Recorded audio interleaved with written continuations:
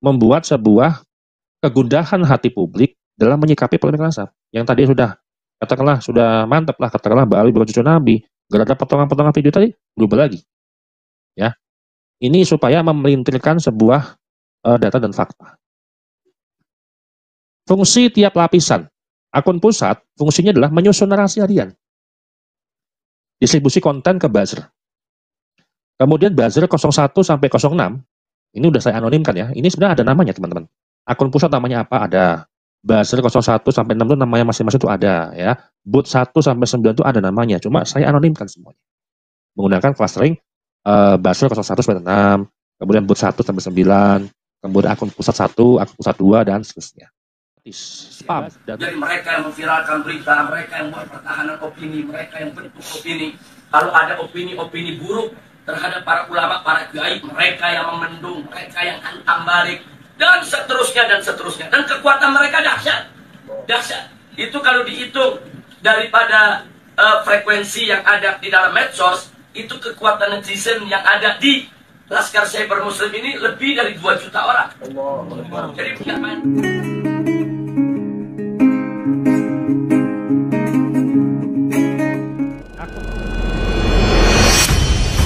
Klan Baklawi tidak hanya mendoktrin para kibin untuk jihad medsos terhadap semua individu dul kibin dengan melakukan peralihan isu, opini, penggiringan publik terhadap isu dan narasi yang berkembang. Tapi juga mereka bekerja sama dengan mezin-mezin pengkondisi medsos yang mampu menggiring opini publik dalam sekali tekan. Maka jangan heran jika para kabib Petamburan itu masih bisa mengimbangi kajian Kiai Imad dan masyarakat pribumi dengan melancarkan narasi fitnah, framing, putar balik fakta terhadap setiap keadaan yang menyudutkan mereka. Inilah bukti bahwa mereka mau melakukan apa saja, menghalalkan segala macam cara untuk mempertahankan privilege cucu Nabi. Oke, kita dengarkan bagaimana mereka melakukan itu. Nah, ini adalah struktur organisasi jaringan buzzer Ba'alwi, teman-teman. Level 1, akun pusat ataupun komando. Ini yang paling atas, ya, struktur yang paling atas. Petugas adalah koordinator propaganda dan distribusi narasi utama, Telegram dan Twitter. Kemudian level 2, itulah buzzer koordinatif, atau kita bicarakan adalah ada ketua, ada koordinator buzzer lah, ya.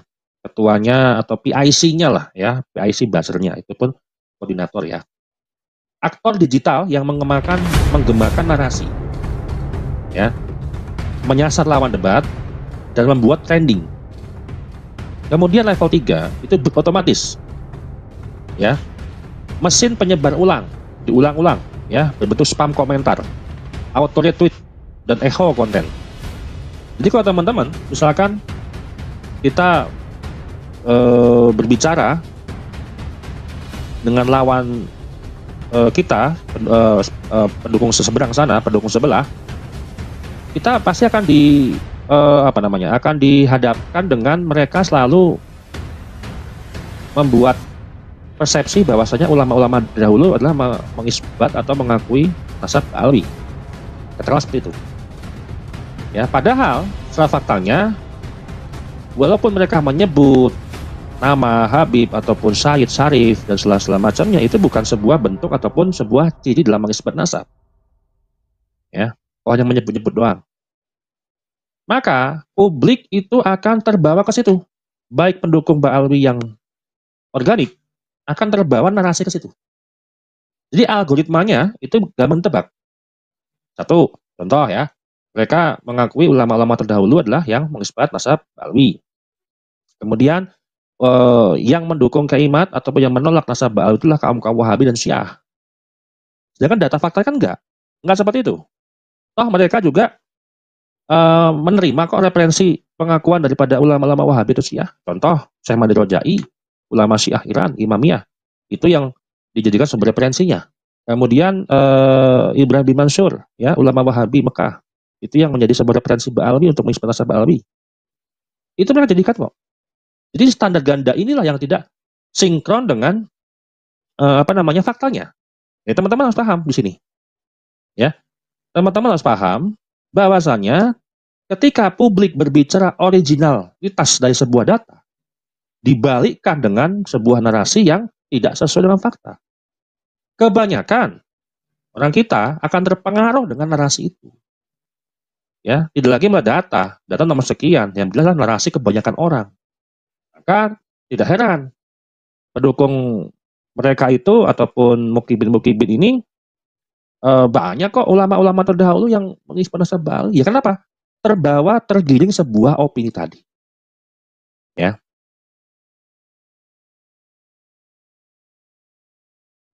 Kemudian struktur organisasi dengan Nasab Ba'alawi ya, level 1, tipe akun pusat, jumlahnya 2 akun, ya, distribusi konten utama ke semua layer. Kemudian level 2, buzzer itu 6 akun, reply massal, push narasi, trending hashtag. Kemudian level 3, boot otomatis. Bentar. Ada 9 akun, jumlahnya 9 akun, ya. Peran kuncinya adalah auto reply, spam komentar, echo repost, ya. Kemudian sistem kerja TSM, terstruktur, sistematis, dan masif. A. Struktur, ada hierarki yang jelas. Akun pusat mengatur distribusi konten ke buzzer. Ya, ada sebuah pabrik lah ya, katakanlah pabrik narasi, ya itu di akun pusat. Kemudian buzzer meneruskan ke boot supaya otomatis ribuan akun yang bisa diterima narasi-narasi itu. Kemudian tiap lapisan memiliki fungsi dan perintah masing-masing, tidak tumpang tindih. Maka dari itu, kalau teman-teman melihat ada sebuah komentar di dalam satu video misalkan yang trending, views-nya misalkan 20.000 ke atas, coba iseng-iseng aja yang pro Ba'alawi ini kita uji. Mereka akan saut-sautan enggak? Teman-teman bisa memahami kira-kira ini saut-sautan dengan kita interaksinya normal, alami, atau settingan. Kan kita sering ketika ada sebuah akun yang bilang begini, message kalimat sampah, bla bla bla bla bla bla. Kemudian dari teman-teman yang mendukung Ba'alawi nggak terima katakanlah, ya. Terus kemudian teman-teman nanyain sebuah data terkait tentang absana nasab Ba'alawi, nggak akan bisa jawab, dan tidak akan mereply, tidak akan berkomentar ulang, ya. Berarti interaksinya terhenti, ya. Karena hanya untuk menarasikan sebuah opini saja, bukan untuk menanggapi atau saling menanggapi. Itu sering sekali teman-teman, temukan pasti ada. Sistematis ada waktu, format, dan template. Jam kerja buzzer itu jam 7 sampai jam 11 malam. Dengan puncaknya itu jam 10 pagi dan jam 9 pagi. Template narasinya adalah cucu Nabi tak perlu diuji. Ya, siapa kamu berani nilai nasab habaib? Ulama Wahabi sedang memecah belah umat. Nah, ini narasi yang seringkali identik yang diungkapkan mereka, lagi-lagi seperti contoh ulama Wahabi. Menuduh kita ulama Wahabi. Kemudian, auto generate hashtag. Hashtag kami cucu Nabi, bela Ba'alawi, jaga nasab Rasul, dan seterusnya.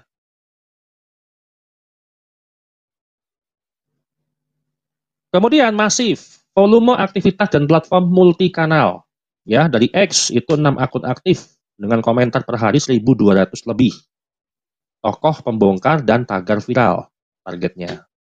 Tokoh pembongkar itu tersajikan ya ke kiaimatnya atau mungkin yang sering aktif itu kayak Gus Aziz Jazuli, kemudian Kiai Haji Nur Ihya, kemudian Kiai Haji Ubaidillah Tamamunji atau Budol Sugeng yang sering aktif ya sebagai tokoh pembongkarnya.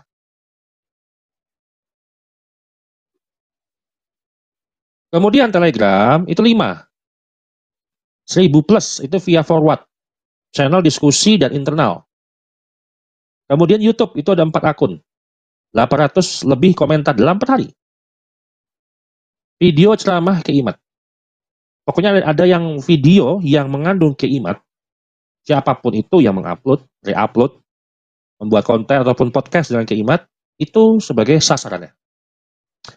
TikTok, akunnya 3, ya, 500 lebih komentar.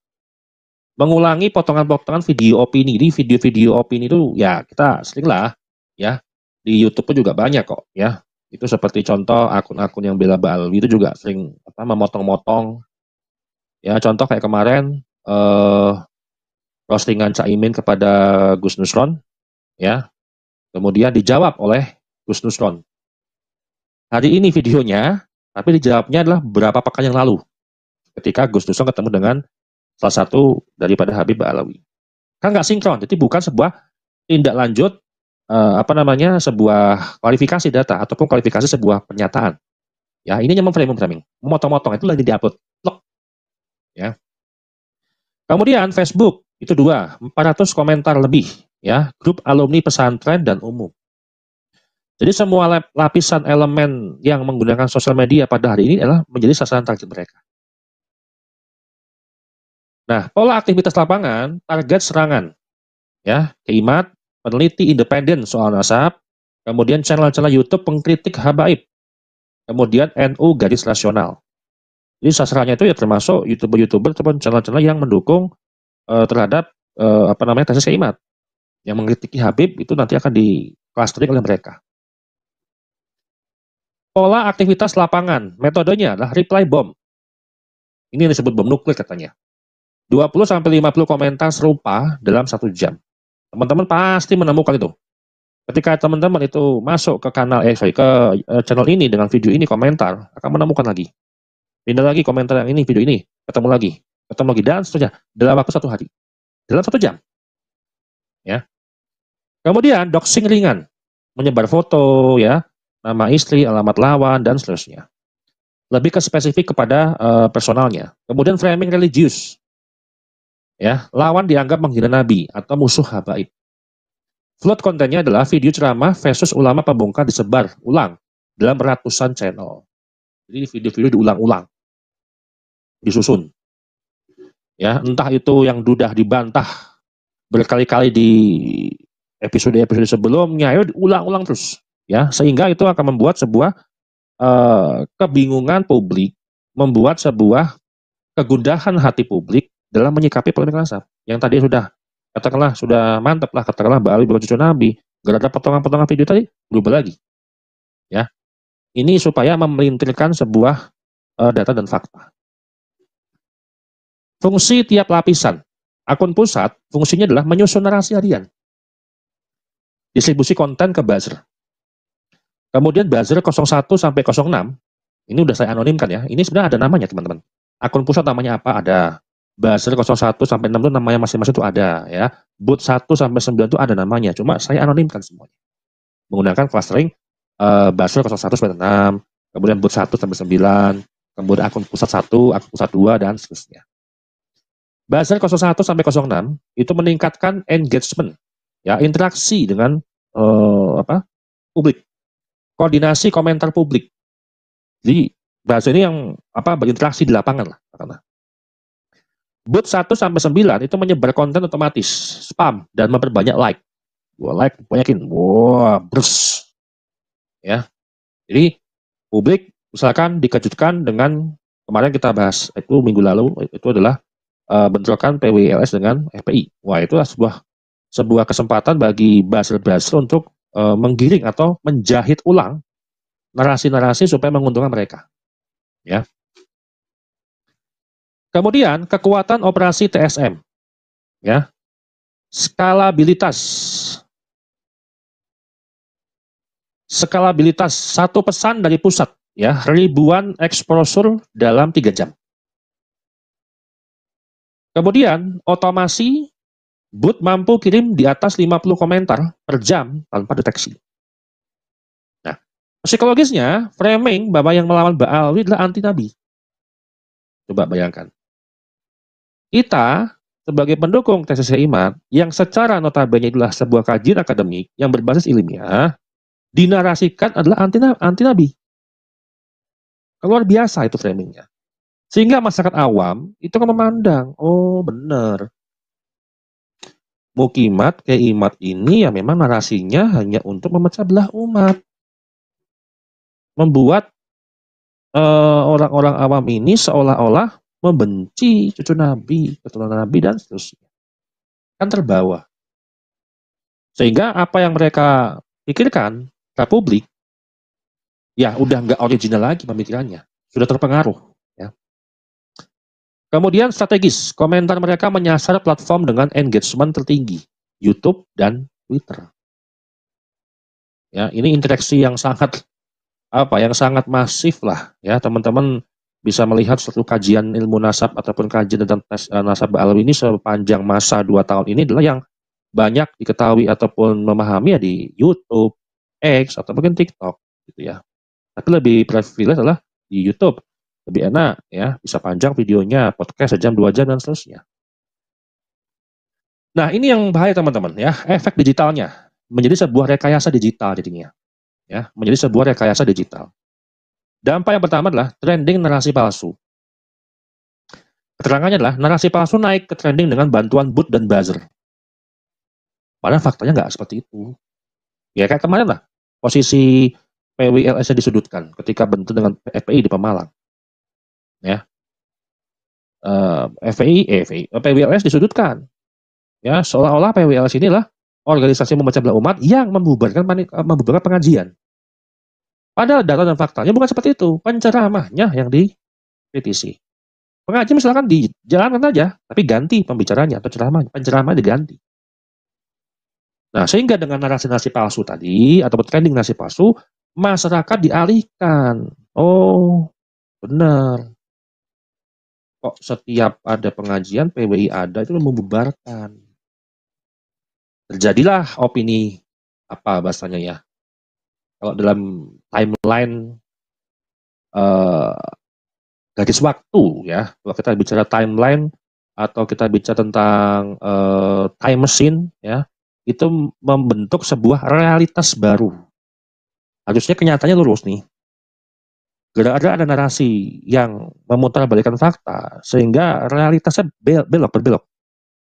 Sudah nggak lurus lagi faktanya. Kenapa ke sini? Membentuk realitas yang baru, membentuk dunia baru, membentuk pandangan baru.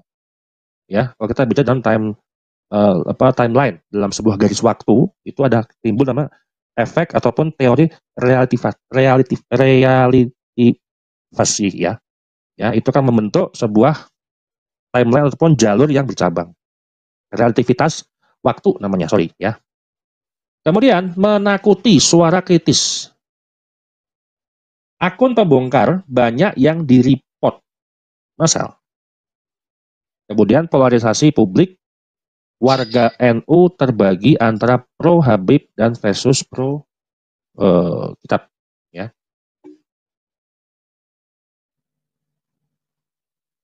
Validasi audit, ya, akurasi klasifikasi AI buzzernya itu 92%. Kemudian margin of error audit jaringan itu kurang lebih 4%.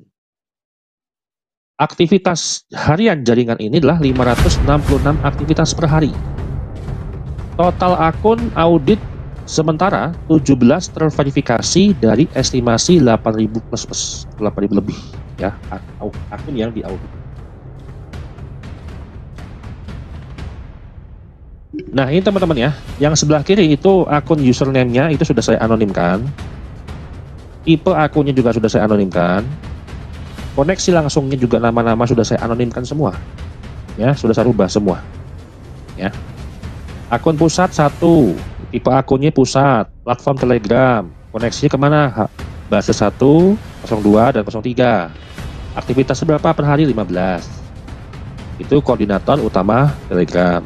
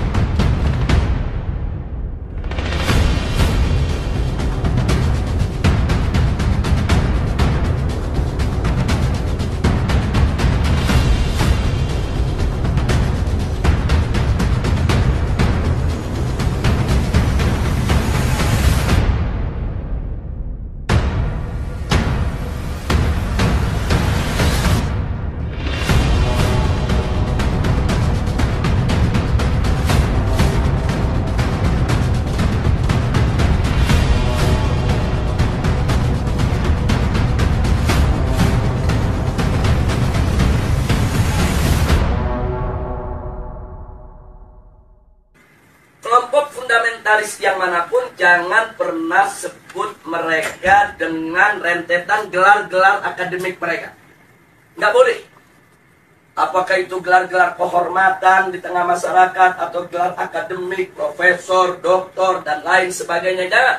Cukup sebut namanya aja untuk mengopinikan di masyarakat bahwa kelompok fundamentalis itu kuper, bodoh, tidak berpendidikan, tidak punya gelar, nggak ngerti dunia akademik, dan seterusnya.